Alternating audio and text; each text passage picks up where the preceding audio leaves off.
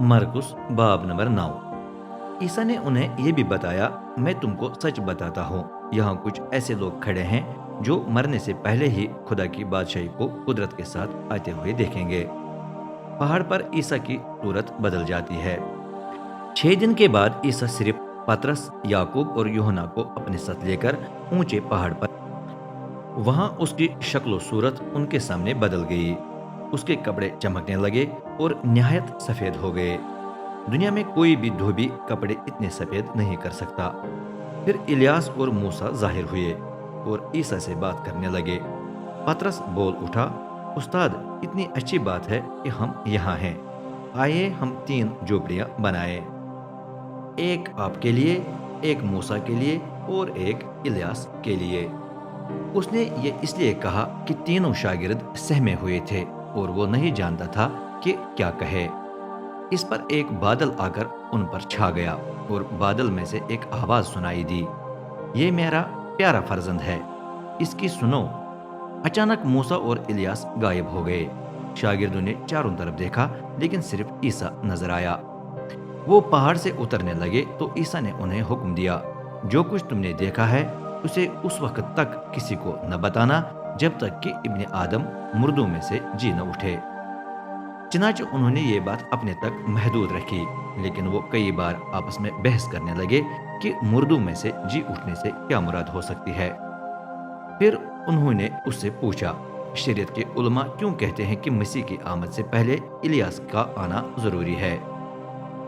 ईसा ने जवाब दिया, इलियास तो जरूर पहले सब कुछ बहाल करने के लिए आएगा, लेकिन कलाम मुकद्दस में इब्ने आदम के बारे में ये क्यों लिखा है कि उसे बहुत दुख उठाना और हकीर समझा जाना है। लेकिन मैं तुमको बताता हूँ, इलियास तो आ चुका है और उन्होंने उसके साथ जो चाहा किया। ये भी कलाम मुकद्दस के मुताबिक ही हुआ है।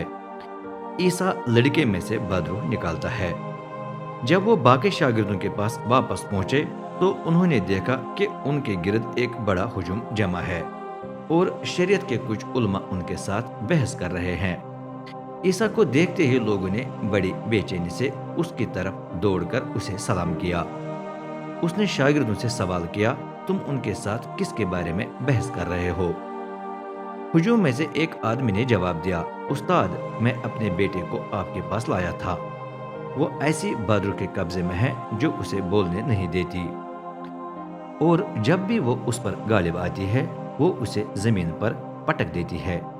बेटे के मुंह से झाग निकलने लगता और वो दांत पीसने लगता, फिर उसका जिस्म उकड़ जाता है। मैंने आपके शागिर्दों से कहा तो था कि वो बदरू को निकाल दें, लेकिन वो न निकाल सके। ईसा ने उनसे कहा, ईमान से खाली नस्ल, मैं कब तक तुम्हारे साथ रहूं? कब तक तुम्हें बर्दाश्त करूं? लड़के को मेरे पास ले आओ। वो उसे ईसा के पास ले आए।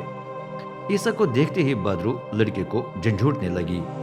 वो जमीन पर गिर गया और इधर उधर लड़कते हुए मुंह से झाग निकलने लगा। ईसा ने बाप से पूछा, इसके साथ कब से ऐसा हो रहा है? उसने जवाब दिया, बचपन से। बहुत दफा उसने इसे हलाक करने की खातिर आग या पानी में गिराया है। अगर आप कुछ कर सकते हैं तो तरस खाकर हमारी मदद करें। ईसा ने पूछा, क्या मतलब अगर आप कुछ कर सकते हैं? जो ईमान रखता है उसके लिए सब कुछ मुमकिन है। लड़के का बाप फौरन चिल्ला उठा, मैं ईमान रखता हूँ, मेरी बेइत्कादी का इलाज करें। ईसा ने देखा कि बहुत से लोग दौड़ दौड़ कर देखने आ रहे हैं, इसलिए उसने नापाक रूह को डांटा, ए गूंगी और बहरी बदरू, मैं तुझे हुक्म देता हूँ कि इसमें से निकल जा, कभी भी इसमें दोबारा दाखिल न होना।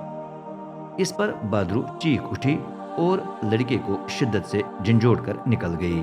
लड़का लाश की तरह जमीन पर पड़ा रहा, इसलिए सबने कहा वो मर गया है। लेकिन ईसा ने उसका हाथ पकड़कर उठने में उसकी मदद की और वो खड़ा हो गया। बाद में जब ईसा किसी घर में जाकर अपने शागिर्दों के साथ अकेला था तो उन्होंने उससे पूछा, हम बदरू को क्यों न निकाल सके? उसने जवाब दिया, इस किस्म की बदरू सिर्फ दुआ से निकाली जा सकती है। ईसा दूसरी दफा अपनी मौत का जिक्र करता है। वहां से निकलकर वो गुलेल में से गुजरे।